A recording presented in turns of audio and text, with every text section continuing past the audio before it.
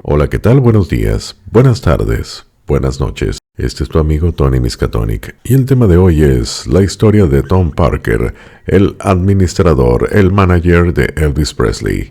Andreas Cornelis Van Quig nació en Breda, Países Bajos, en el año 1909, dedicándose en su infancia a atraer público a espectáculos de circo en su ciudad natal.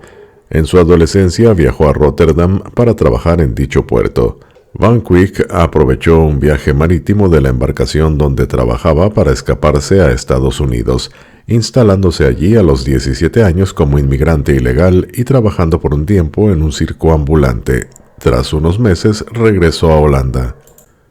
En su ciudad natal, Van Quig siguió trabajando en pequeños empleos, sumidos en la pobreza, lo cual le determinó a retomar sus ansias de volver a Estados Unidos. A los 20 años de edad, Van Quig se vio envuelto en una investigación criminal, tal vez como sospechoso o como testigo, lo cual le motivó a huir a Estados Unidos de modo ilegal en 1929. De inmediato, Van Quig se enroló en el ejército de los Estados Unidos, adoptando el nombre de Tom Parker y ocultando su condición de inmigrante ilegal. Tras 2 años de servicio, Parker desertó de su batallón y fue por eso arrestado y luego expulsado del ejército. Posterior al año 1931, Parker se dedicó nuevamente a trabajar en circos y entretenimiento, así como a varios empleos menudos. Se casó en 1935, viajando con su esposa por todo el país en busca de trabajo. A partir de 1938 fue contratado para atraer público a los espectáculos del cantante Gene Austin, cuya carrera se hallaba en decadencia a fines de la década de 1930. Después de ello, Parker empezó a trabajar como promotor de música a finales de los años 40, trabajando con cantantes como Minnie Pearl y Eddie Arnold, primero solo promocionando apariciones y recitales, y luego dedicándose a publicidad a gran escala en radio y prensa, lo cual le sacó definitivamente de la pobreza. Parker recibió el título honorario de coronel de parte de la milicia estatal de Luisiana en 1948, por parte de Jimmy Davis, gobernador de Luisiana, a cambio del trabajo que Parker hizo en la campaña electoral de Davis. El 18 de agosto de 1955, Parker firmó un contrato con Elvis Presley para ser su representante y manager oficialmente, fecha en la que Presley era un cantante promisorio del nuevo ritmo denominado rock and roll, pero sin ser realmente una estrella musical.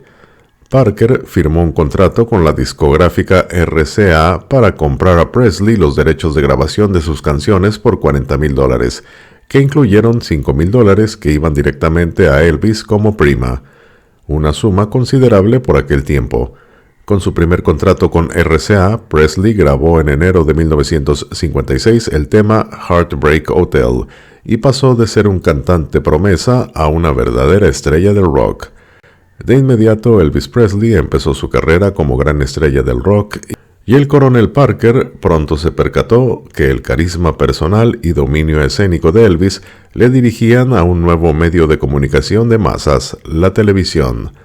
Parker trabajó entonces duramente para conseguir presentaciones de Elvis en el show televisivo de Milton Berle y luego en el show de Ed Sullivan, mientras que en simultáneo contrataba a fabricantes de merchandising de mercancía para utilizar con ellos el nombre de Elvis de modo idéntico a una marca comercial, con lo cual a finales de 1956 Elvis había generado cerca de $22 millones en rentas, más que cualquier otro cantante ese año.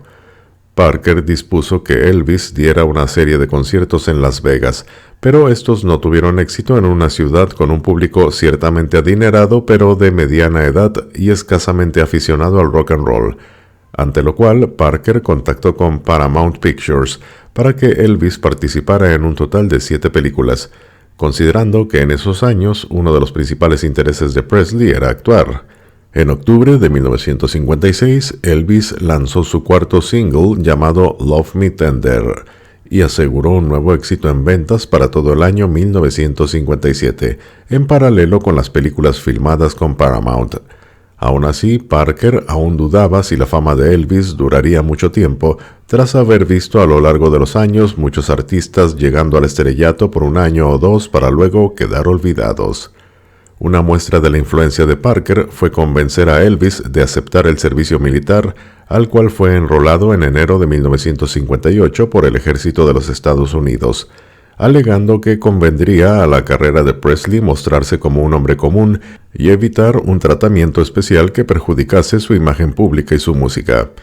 Parker también se opuso enérgicamente a que Elvis grabase canciones en Alemania Occidental, donde estaba la guarnición a la que fue destinado, para evitar que aquel obtuviera allí otro manager, y luchó por mantener el interés del gran público sobre Elvis durante su estancia en el ejército. Para lograrlo, Parker difundía noticias sobre las actividades de Elvis, mensajes para sus fanáticos, historias superficiales, como la del corte de cabello al cual debió someterse el artista en su guarnición, o avisos totalmente falsos, como la oferta para que Elvis tuviese su propio show de televisión a su regreso a Estados Unidos. En paralelo, Parker temía que Elvis en Alemania decidiera tomar otro manager o que a su vuelta hubiera perdido el favor del público. Cuando en enero de 1960 Elvis terminó su servicio militar y volvió de Alemania, Parker había preparado un programa especial de televisión en la cadena ABC para darle la bienvenida. El show fue titulado Welcome Home Elvis, algo así como Bienvenido a casa Elvis, y contó con la participación de Frank Sinatra, siendo que Parker cuidó de que Sinatra recibiera un pago mucho menor al de Elvis, en revancha por anteriores opiniones de Sinatra contra el rock and roll. A partir de esa fecha, Parker influenció nuevamente en Elvis para que éste se concentrase en rodar películas a una escala impresionante, llegando incluso a realizar 3 filmes al año, todas con Elvis en el rol principal, de manera tal que los cines estadounidenses tuviesen frecuentemente en cartelera las películas protagonizadas por Presley.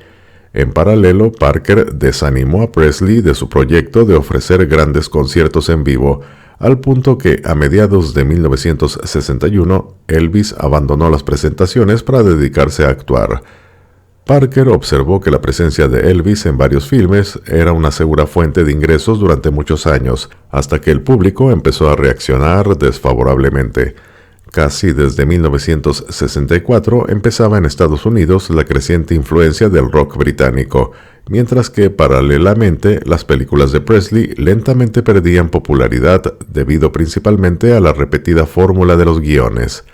Aunque Elvis continuaba grabando 3 discos anuales para la RCA. Hacia 1966 parecía evidente que el esquema de negocio de Parker, basado en explotar la presencia de Elvis en Hollywood, estaba llegando a su fin. En simultáneo, Parker había decidido por muchos años reducir los costos de su cliente, impidiendo que Elvis se embarcase en giras de conciertos o en contacto masivo con sus seguidores. Cuando en 1966 los ingresos de Elvis empezaron a reducirse al desvanecerse el interés del público por sus películas, Parker sugirió un gran golpe publicitario para devolver protagonismo a su cliente, un matrimonio con Priscilla Beaulieu, pareja y conviviente de Elvis Presley por casi 10 años, tomando como ejemplo la gran atención publicitaria ganada en esos días por el matrimonio de Frank Sinatra con la actriz Mia Farrow. Elvis aceptó la idea y se casó con Priscilla Beaulieu en la primavera de 1967.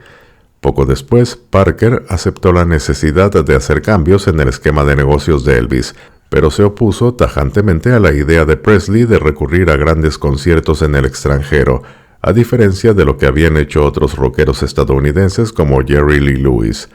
Ciertamente, en 1957, Elvis había dado un concierto en Canadá, única presentación suya en el extranjero, pero ello fue posible porque Parker no necesitaba presentar allí un pasaporte estadounidense.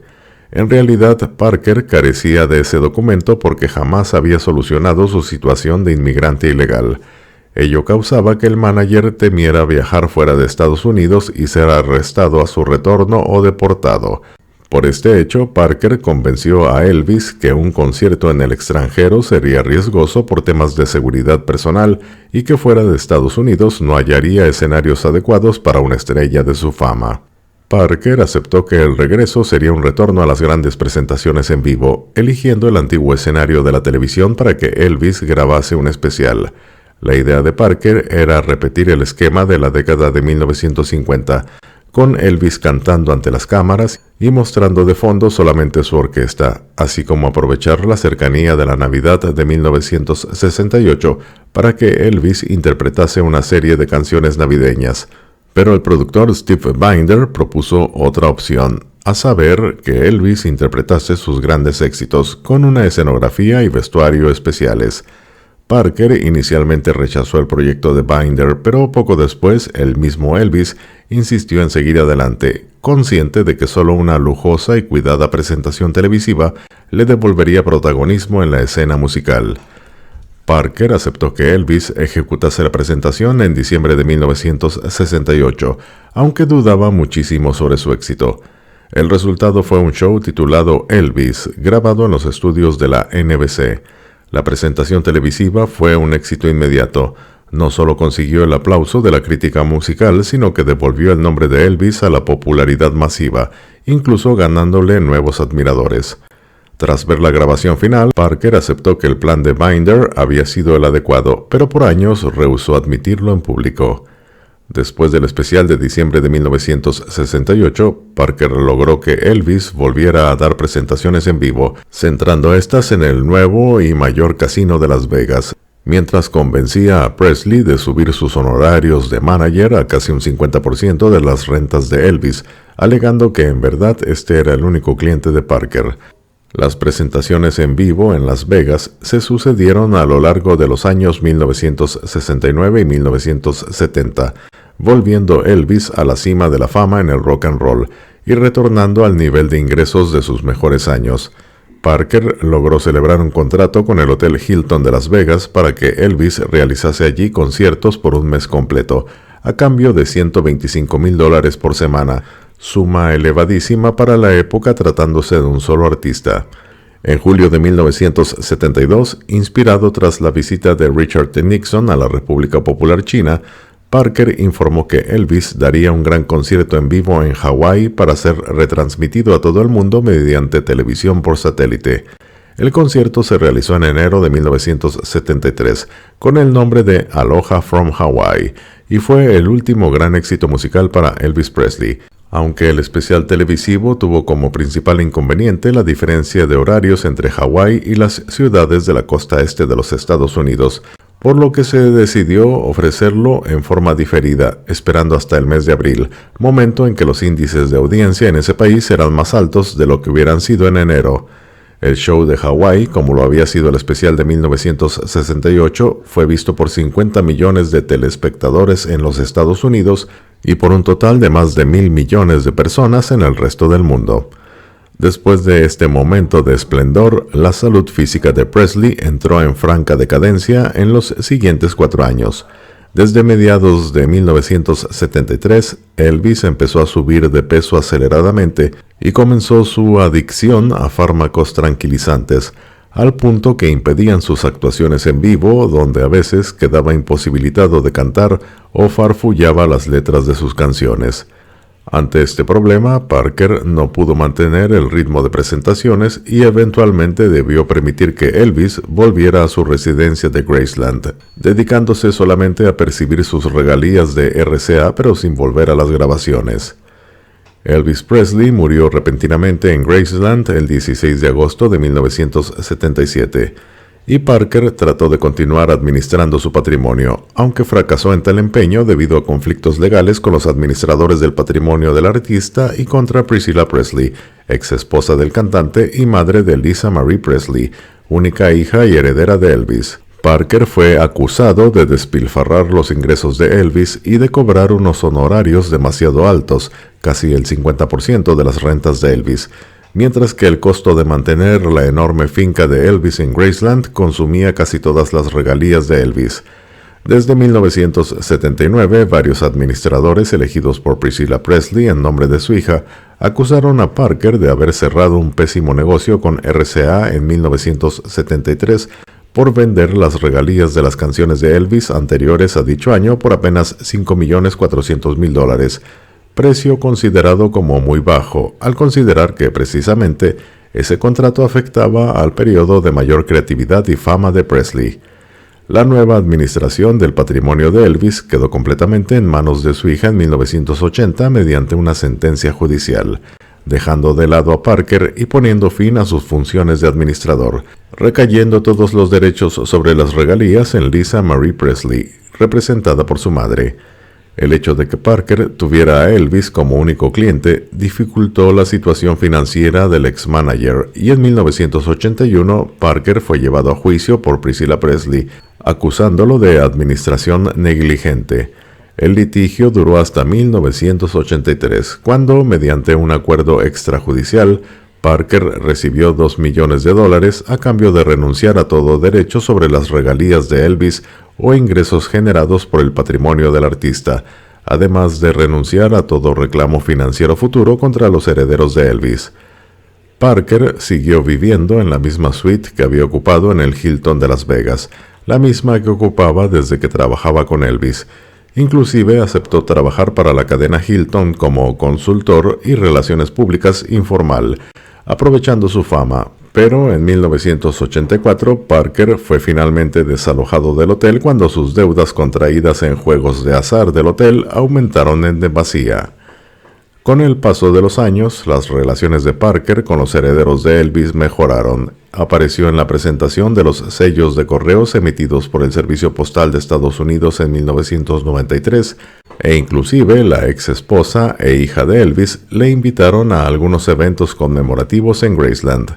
El elevado interés del gran público por la obra y persona de Elvis Presley, hasta extremos rayando en la obsesión, motivó que Parker comentara en 1993: «No pienso que exploté a Elvis tanto como lo están explotando hoy».